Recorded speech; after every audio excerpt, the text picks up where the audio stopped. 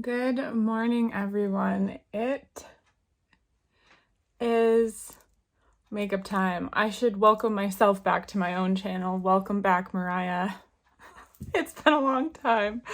So, I'm pretty far removed from like the makeup space in general at this time. I'm just trying to be a more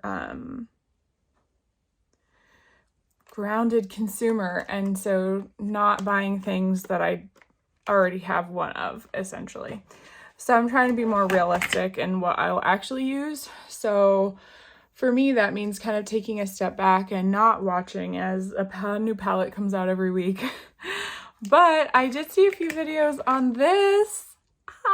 Okay, so this is a collection that e.l.f. did specifically with Walmart. And so they had these brushes and these two little baby eyeshadow quads, which I have done videos with I featured them in Eyeshadow October. My cousin Sarah actually when she saw me at work one day, she's like, "Oh my God, have you tried those?" And I was like, "No." And that's why I bought them. So shout out to you, Sarah. You're the best. We have a new Ulta opening up like across the street from where I work. And so we will be going together when that opens. So that's exciting. Okay, so we have the two, they're called Mint Melt eyeshadow palettes. Well, they're not palettes, but quads. One is called Mint to Be, and this one is called Chocolate Mint. So Mint to Be has a gray shade here, where this one has like the tans chocolate situation. We have these, which there was one that I wasn't able to get because I didn't know that this was even coming out until it was already out.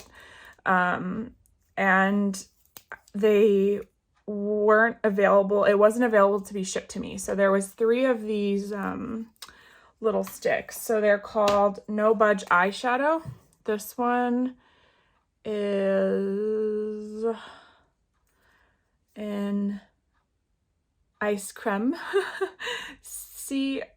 Creame, and that's that there. It's beautiful. I believe the one that I didn't get was like a lighter shade than that. Yeah. So this one is Melt With Me. It's a brown. And then I got these cute little brushes. I love... See, the thing is e.l.f. has some pretty good brushes, and I feel like when you kind of start getting into makeup, you kind of get a little snooty, and you're like, oh, I'll buy brushes from such and such a company. And like, forget that, like, there are people out here playing for keeps, man. Like, these brushes are, like, okay. I used e.l.f. brushes, like, from the beginning. They were one of the cosmetic companies that my mom actually found e.l.f. for me way back in the day. Like, we're talking, like, 2010, like, when they were a baby and not carried in Target. Okay, so we have the 3 brushes. So it is supposed to be just eyeshadow brushes to use with the palettes, I'm assuming. So we have an all over eyeshadow brush, which is, I believe, the one in the middle, this one. The eye contour brush, which is to add depth close to the lash line and corner of the eye. And this one is a blending brush. So for me, they're quite soft. I guess it has some tension. I don't want it to be too soft, you know? I guess I'm being picky. But I still have some of their brushes to this day that I had bought in, like, again, way back in the day. And so, like, I guess I have an eye contour brush and a blending brush. They're just, like, now in mint green. They're cool. So, I have this one brush that I'm in the back of my mind that, well, this is an e.l.f. brush back from, like, way back then. Anyway, so yeah, I'm gonna do that for makeup today. So I did my hair. You're welcome. It looks okay. I was gonna say fabulous, but you know, whatever. I have my tea.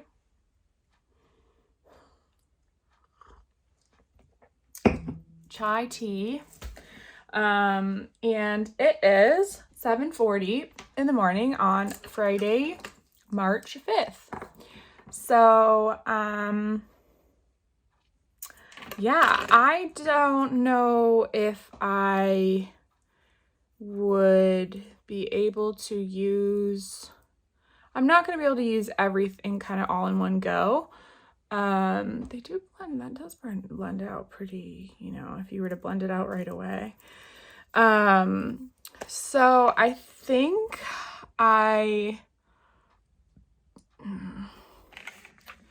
feel like honestly the safe one out of the two of these is the chocolate mint, because the crease shades are like more normal-ish. I hate to use the word normal, no one's normal, but these ones are like mint and then like that gray color. So because I only have like a little under an hour, actually no, I have leave like 8:20, so I have 40-ish minutes or so. I just want it to look good. All right, and this color is like beautiful. Ugh. The thing with the eyeshadow sticks is like I haven't used them in a long time. Let me get the rest of my makeup out. Okay, so I haven't used them in a long time, and typically in the past they've kind of been used as more of like a base, like you would use that and then put shadows on top of it. See, I had one of these little babies in my little case. So makeup is a journey, and at this point in the journey, I for a while wasn't putting any makeup on my face, like any concealer, or well, I put it like under my eyes, but I'm kind of like swinging back towards doing a little bit. So I'm using Becca under eye concealer, not concealer, corrector, brightening corrector.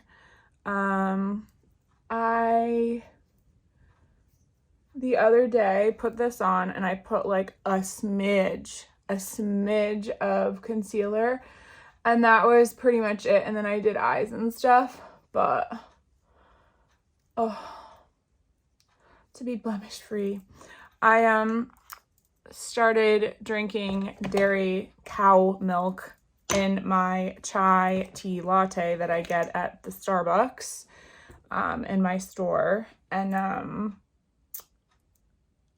I've started getting some like acne on my neck again. Granted, my cycle is about a week out, but when I was like completely not drinking cow milk, those went away.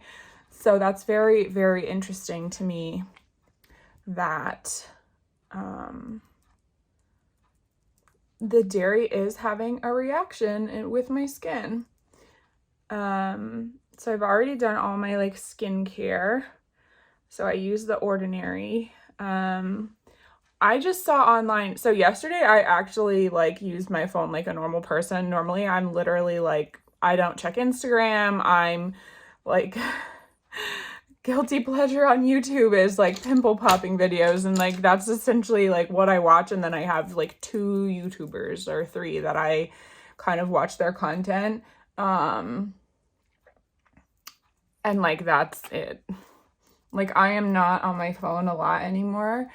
And but I was just like happened to be, you know, very phone oriented yesterday. I spent a lot of time on my phone.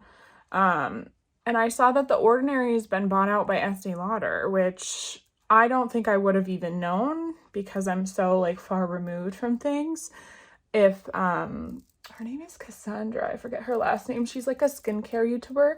That's how I found The Ordinary, is through her. And she left kind of like a question poll on YouTube.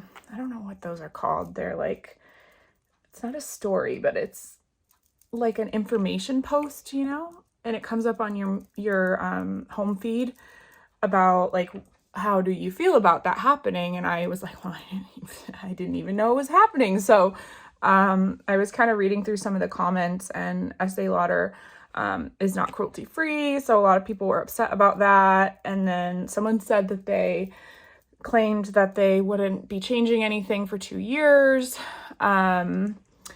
So honestly, like between not eating dairy and using The Ordinary skincare, like I've seen like great changes in my skin. So that actually is the first time to me that this has ever happened, where it's been like, you kind of feel like you're relying on a product, like your favorite products, your favorite brand, and then it's like gonna change. And so I'm kind of frustrated about that. I like The Ordinary for the reasons that the price point is really good, their ingredients are good, their packaging is simple, they're cruelty free, they don't like do partnerships with like people online for like influencers, like they don't do any paid content. And so I kind of like those things about them, that it's kind of like the people that review them are reviewing them because I'm not saying like everyone that does a review that's paid for is not what they think, but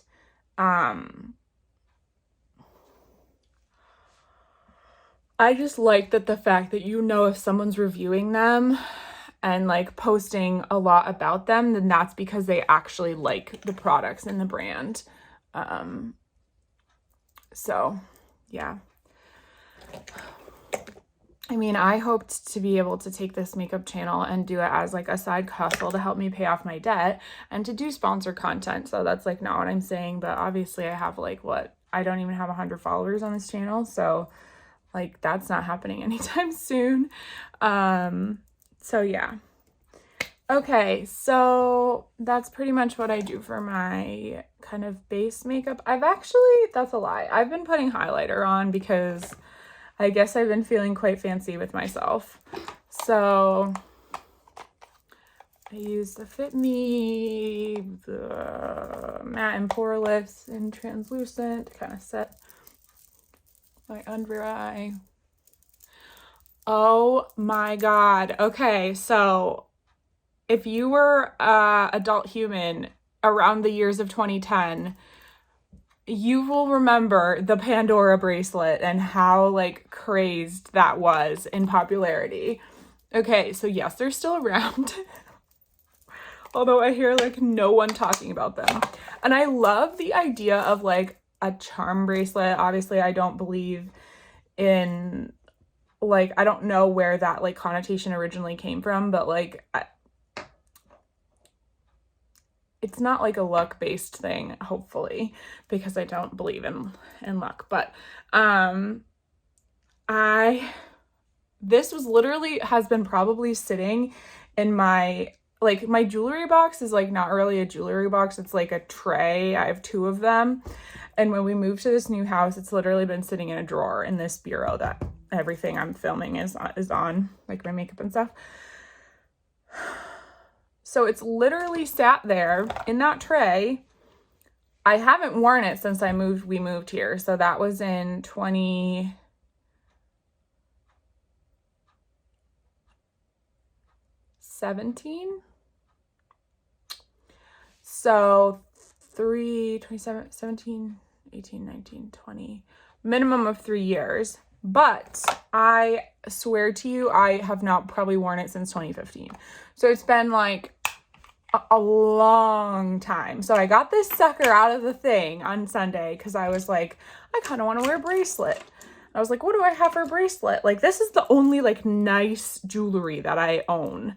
Like, my sterling silver stuff is obviously nice, but this is like what I would consider like, you know, like if you get an anniversary present and it's like nice jewelry from a jeweler, like I don't have anything like that, except for this. And so I was like, oh my gosh, it's tarnished. So I did take some like sterling silver cleaner and I kind of brushed some of it off. I know you're not technically supposed to do that according to the instructions. But yeah, I cleaned like it off. I didn't clean it completely. Like I wanted to take it to Hanush Jewelers and have them clean it for me. But I was like, oh my God, like this has so many like amazing memories for me. Like the people that bought the beads for me, like, because 2010 was when I graduated. So I had a lot of people, you know, giving me them as gifts for my graduation presents. Not a lot, but I definitely had people in my life that did buy them for me, the beads for the bracelet. So, wow, that packs a punch. So yeah, so I've been wearing it ever since. I've been wearing it to work, which is honestly quite dangerous, but because my job is quite physical now. So, but honestly, I love this and it makes me happy. And I literally was looking on their website because this is full essentially. I had one other bead on here that was like these two purple ones. That was green, but the glass was cracked because they're glass. And I don't ever remember that happen. I don't remember that ever happening. So I don't know, like, if it was slightly cracked and then like the last time I wore it, it cracked a lot more, or if I knew it was cracked and I don't remember. But yeah, so I took that one off because I was like, well, I don't want broken glass on my wrist. And so yeah, oh, man, it was like it's been so nice to wear it. And so part of the reason why I didn't wear it was kind of like, I guess, showy display of one's, not wealth, because I'm not wealthy, but like obviously, like if you were to add up how much money this was, at minimum a full Pandora bracelet at retail at the time, and I calculated this because I was like, you know, interested in it, but if you had one Pandora bracelet and it was like the signature one like that I have, because this was the only one there was at the time, the bracelets I believe were $10 cheaper, so they're about $55, and then each charm, silver charm, only silver, was $30. So if you do like 30 times like the 15 or 20 beads that they suggest only having on the bracelet, it's like about $500, like a little under $500. Like it's expensive. So I guess like I have nothing to be ashamed of wearing it. Like for me, this is more a memory thing than anything at this point, but I was young and I was just like, well, I don't want to wear something super expensive. Also, we didn't walk around with like Apple watches on our wrists at that point. Like people, like I wore a regular watch. Like I bought a watch from JCPenney for like $50 and I thought that was expensive. Like that was a nice watch and I wore that, and that was like, you know, so wearing like this on your wrist was like, it was a status symbol too at the time. It definitely was, because it was very popular. And yeah, I've never been super popular, so it was kind of nice for once that I was like in on the trend. But I feel like now I wish that I had just bought in a second one and just kind of kept going with it. Even my kind of thoughts on spending are different now, because I'm, you know, really actively trying to get out of debt. So I wouldn't just go spend $50 on a bead for no reason. Like I would definitely save up for them.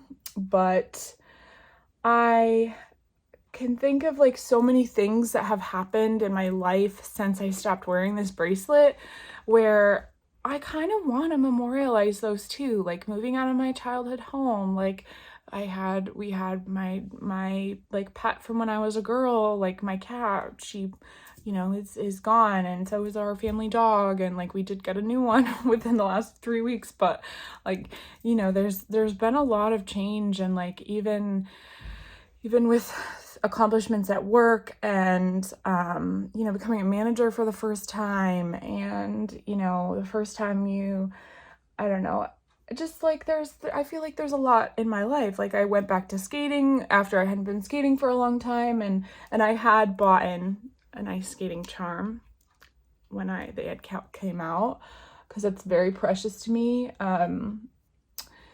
close to my heart.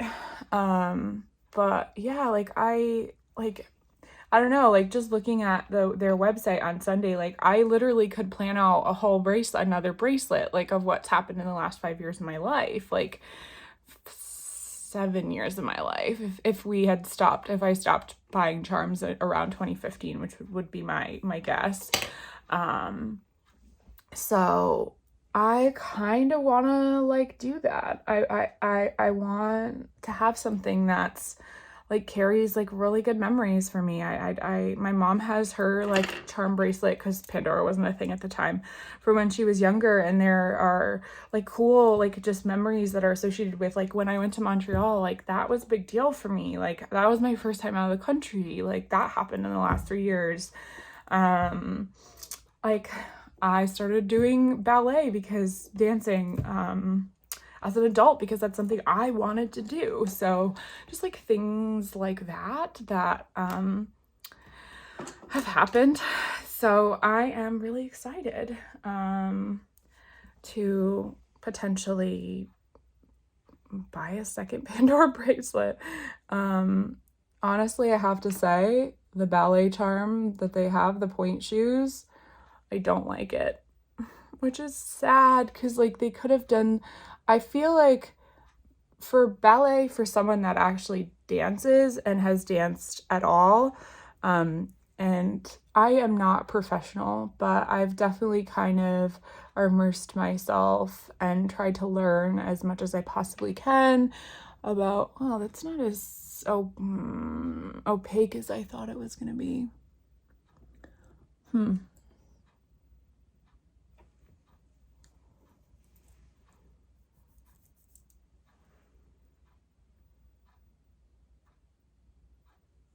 So that's like what that color looks like. So I feel like that's like it's more of like a green. Interesting.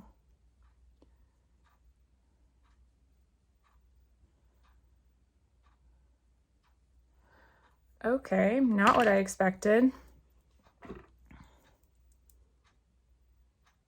Ooh, I like this brush. This little contour.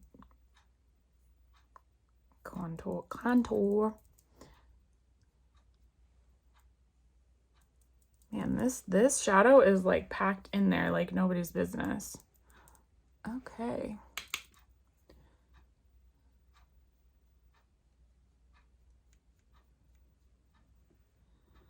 Ooh, that's beautiful.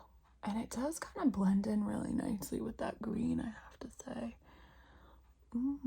Okay, well, I like that. All right. So anyway, yeah, Pandora bracelet. Ugh, good memories, good memories. I literally can't believe I've been like just talking nonstop for 20 minutes. It's like 8 o'clock.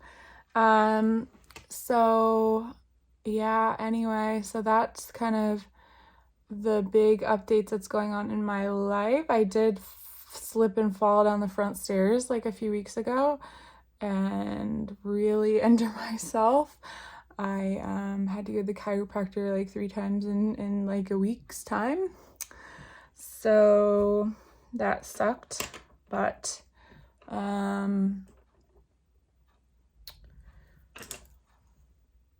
I am almost to the point where I could dance again. So when I first hurt myself, like I could barely, like standing still hurt, never mind like walking or moving or doing any like normal movement at work. But I did actually work that day, and I've worked this whole time since I fell.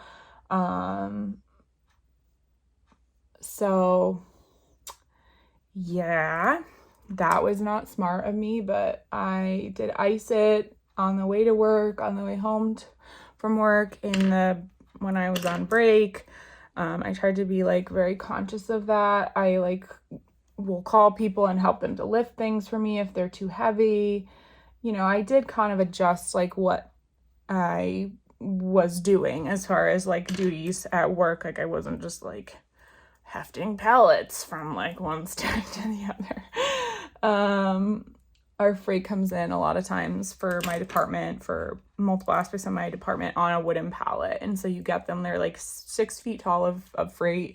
And then when you finish, you have the pallet, and typically you would carry that from like one area to the other and put it out of the way. I did no carrying of no pallets, and I'm still not. Anyway, so like a few days ago, I'm gonna probably say on Sunday, the day maybe I did this, or Saturday, day before, I was like, oh, I'm like feeling okay. Like I'm not feeling like when I'm standing, like, because that first week was real rough, a week and a half. I was like, I feel like okay. So let me do some like plies in my room and see how I feel, because I fell and like bruised my like butt essentially, or my like tailbone area. And so I go, oh, okay, like demi-plie, which is like kind of like in dance, it's like you're bending your knees essentially. You're going straight down, but you're not all the way to the floor. So like a demi is like part of the way, and then a grand plie is all the way to the ground. So it's like, oh, 2 demis, not too bad. And then I like go down to do a grand plie, and I was like, oh, abort mission, abort. I could like feel it like in my tailbone, in my sits bones area. So I was like, okay, well, we're not ready for that yet. So so I was like, nope, sorry, I can't do that. So yeah, so it really sucks, because when you're really passionate about something, like I have loved ballet my whole life. And I remember when I stopped skating, which figure skating in and of itself was a huge part of my life. Like I identify as a figure skater, like that is part of who I am. And so when I stopped, like that was really hard for me, but it was expensive. I was in pain, like, you know, there was a lot of stuff going on, but I just knew that at that point I couldn't pursue a career, and I was not ever as good. Like I was not Olympic level, okay, but I loved it. So that's all that matters. And then, oh my God, I was almost gonna spill my tea. And then so I started dancing because I was still in high school. So I was dancing at the dance studio, actually was literally like right down the street from my school. So our school was off of an industrial boulevard, is what it was called, I believe. Because there was like businesses, there was like a photography school. Ooh, that was way outside the lines. Then further down from our school was the dance studio. So they were the dance studio that danced at the local theater.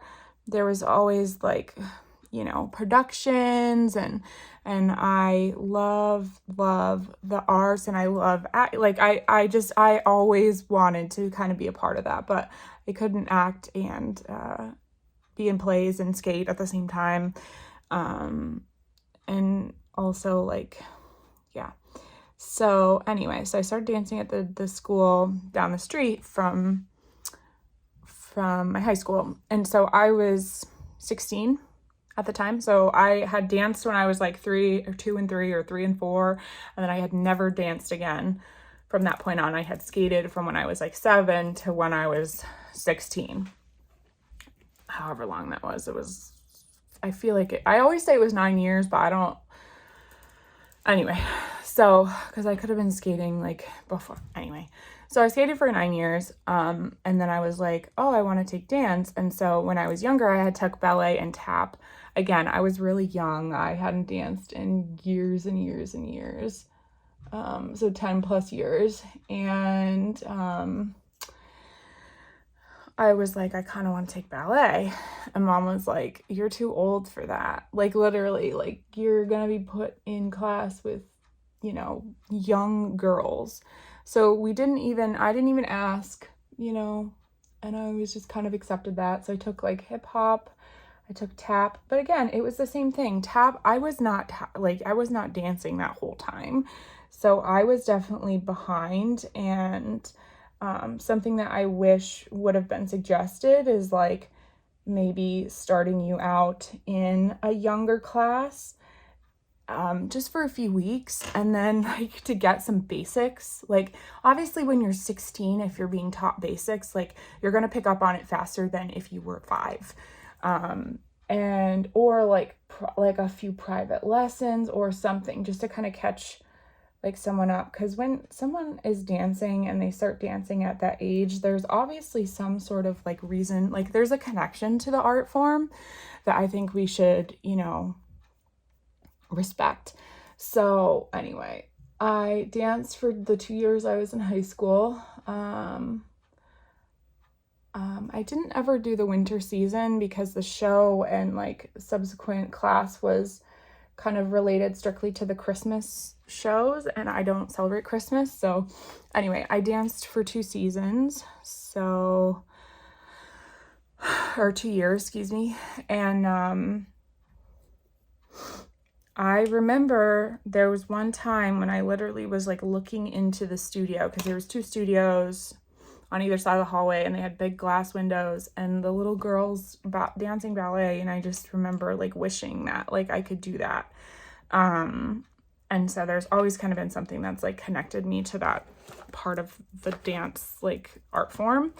And so for me to start dancing at like 26, and you know, 2020, I had an injury with obviously pandemic, but like I broke my toe, and it was like, let me tell you, that thing stayed broken and is like haunting me ever since, it feels like. So for like months, I didn't dance. Obviously we were in the middle of pandemic and Zoom stuff hadn't really started yet, because it happened, I broke my toe in May 2020. So yeah. Anyway, so like for me to go a few weeks without dancing is really hard. I feel like for mood and for physical movement, like it's really important to me to just kind of keep those things, you know, going. So yeah, it's been hard given the fact that I fell and hurt myself. And it's hard when you hurt yourself and it impacts your daily life too. You know, like it's one thing if you're like, oh, busy with work and you miss a dance class, but like to not be able to dance for like multiple weeks because you're injured, and then that you're like physically hurting. Yeah, that's rough. But yeah, so I will probably dance this weekend and see how I do. I was able to get like a massage last week, about week after I fell. I was still a bit sore, so she didn't really like touch the area at all, but she works with my friend that always has done my massages for the past like years. And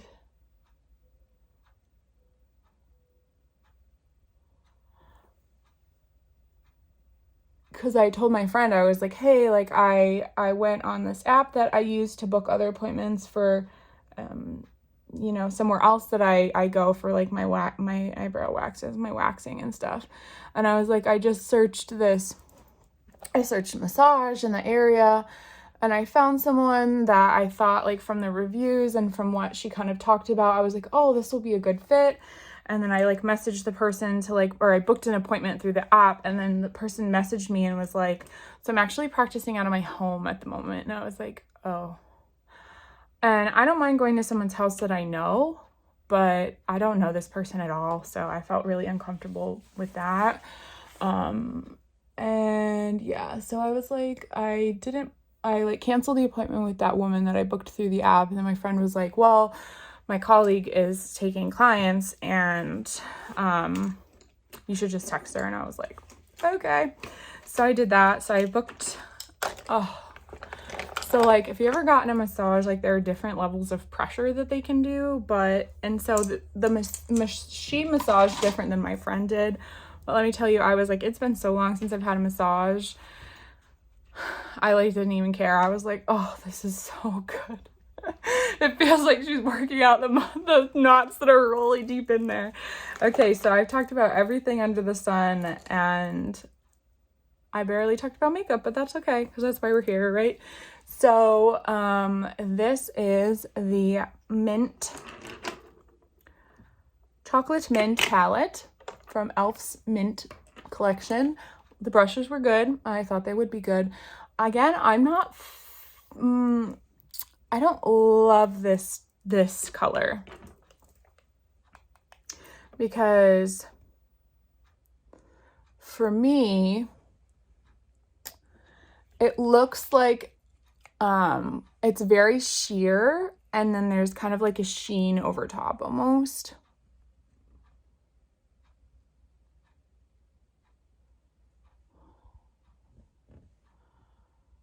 I'm trying to like think, you know, like fake mermaid costumes, like for young kids, where the like teal is like has that like almost like plasticky, like it's